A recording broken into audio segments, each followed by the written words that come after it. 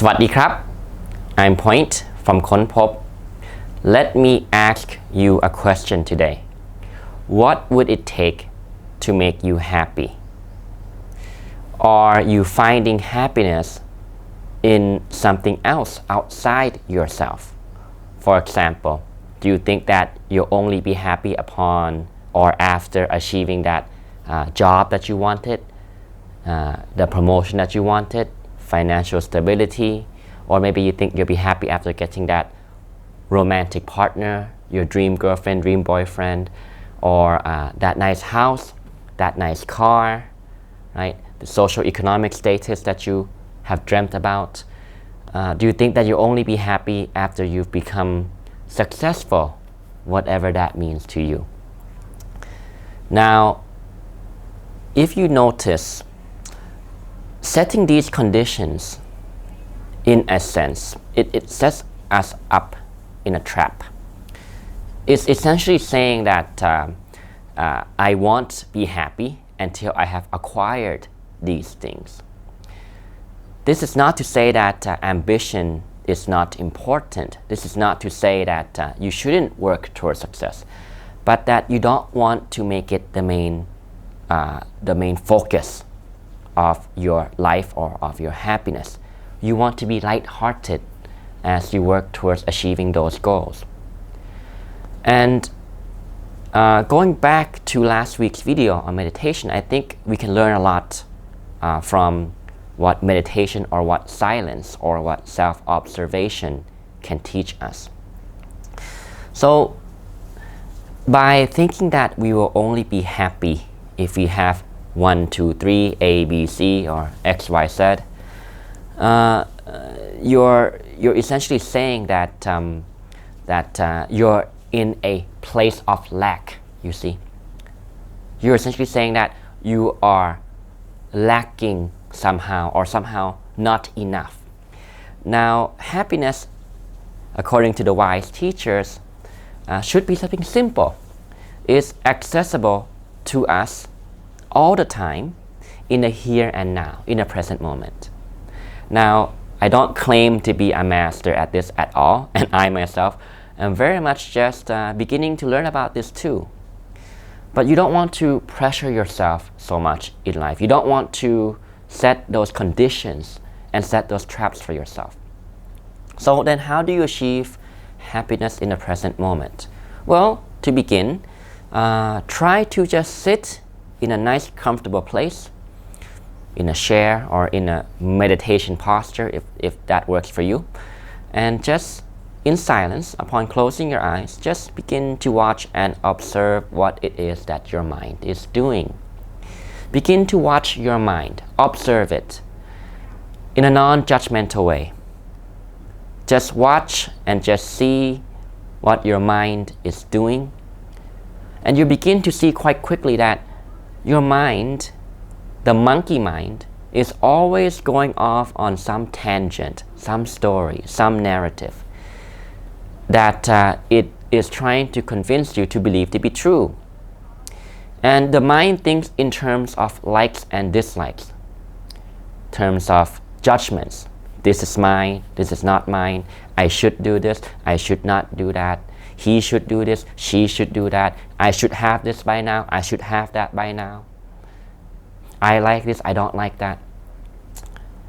And you begin to see how once the narrative starts to play, if you watch it objectively in a non-judgmental way, you can perhaps begin to see that those stories or those, what the mind says, the mental chatter, can change into a certain emotion, right? Perhaps you feel upset or feel unhappy because you believe your mind's chatter that you're not yet successful, whatever that means. And once you observe yourself in a non-judgmental way, you begin to recognize that these emotions and these thought patterns, they come and they go, right? And once you learn to react to them less, once you learn to confront them mindfully in a non-judgmental way, and I stress that a lot, confront it in a non-judgmental way, you begin to see that, hey, you don't have to react to all these emotions. And once your reactivity starts to slow down, you begin to feel more at peace. You begin to feel more calm and naturally more happy, more content. And that's when you begin to learn that happiness can start here and now in the present moment. And you begin to learn to appreciate the small things in life. You begin to appreciate and be grateful for what you have. Focus on those things. Focus on the present moment instead of focusing on what you don't yet have and judging yourself indirectly or implying to yourself that you're somehow not good enough because you don't have it.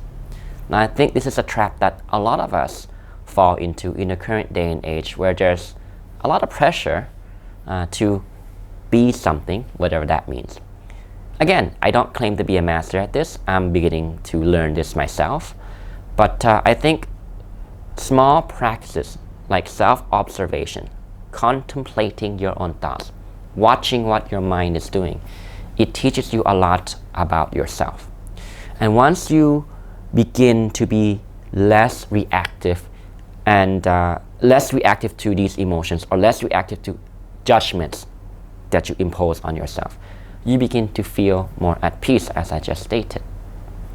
And actually, having that peace or having that sense of completeness already here and now is, I would say, true power.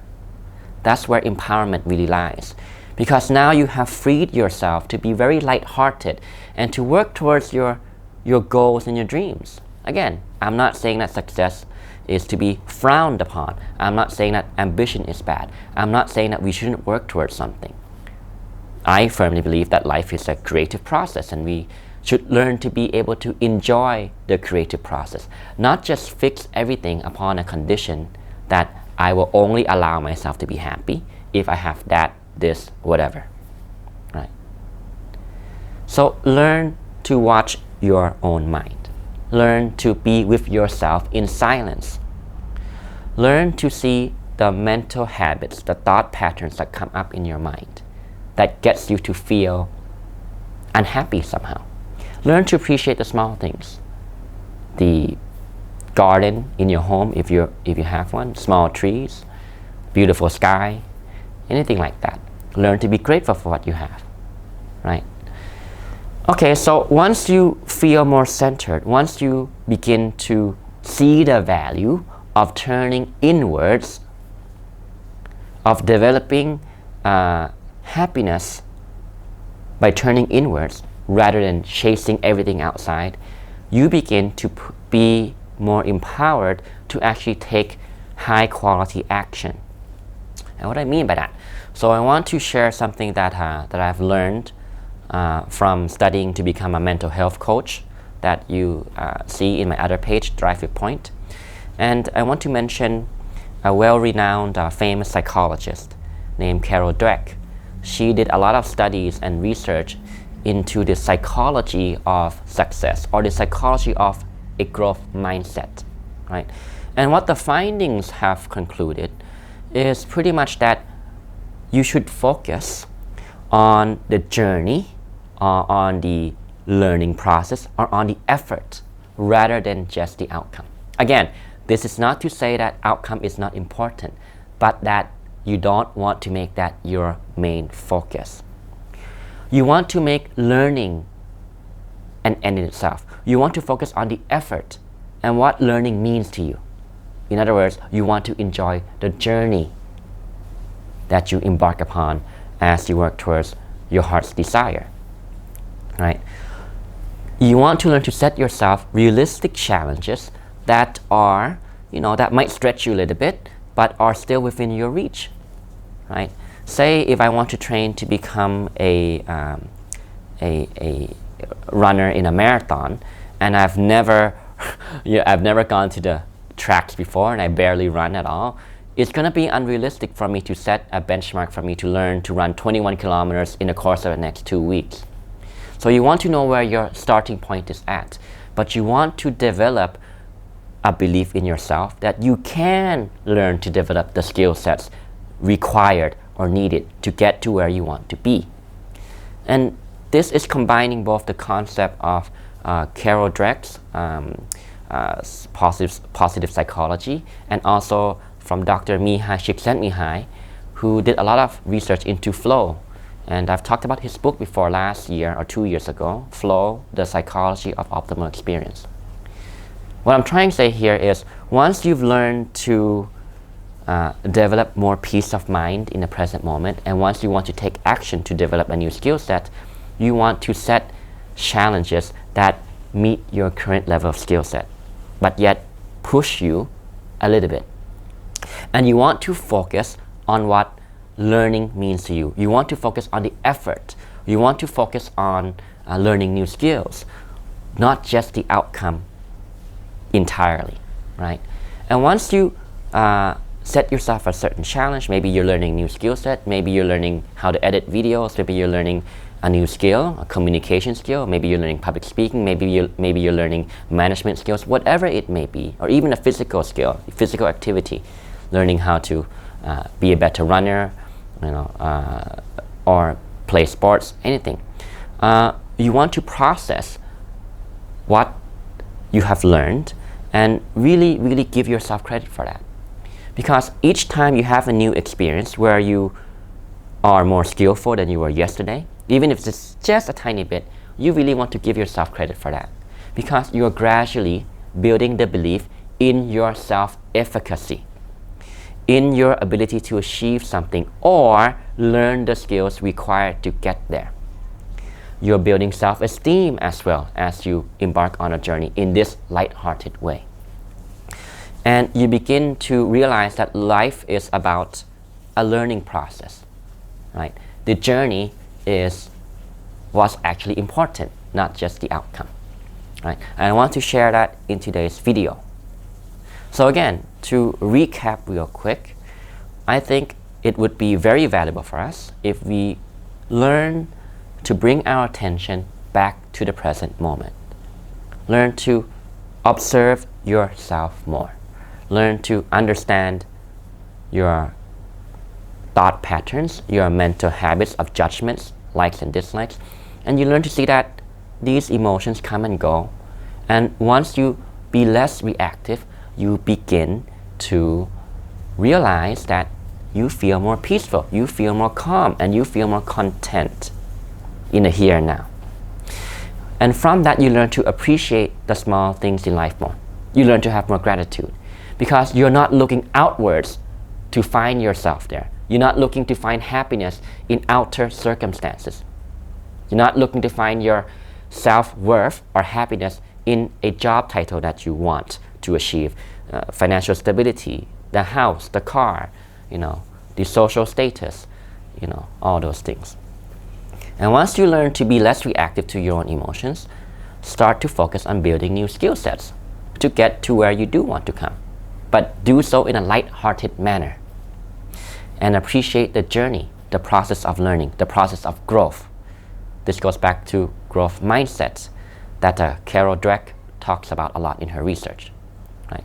Set yourself realistic challenges that at the same time push you a little bit, and learn to process what you have learned, the new skills you have acquired, and what putting in effort means to you. Once you find meaning in these things, you will find that your journey in life, in a creative process, in whatever it is that you do or find meaningful, it's going to be a much, much better, more smooth, and I would say happier journey. So that's what I want to share in today's video. And again, this is a process of learning. Don't pressure yourself to master this by tomorrow. I've tried to learn about this for years now, and I'm still learning about it. So I invite you to do the same. All right, that's it for now. Thanks for watching. I'll see you next time. สวัสดีครับ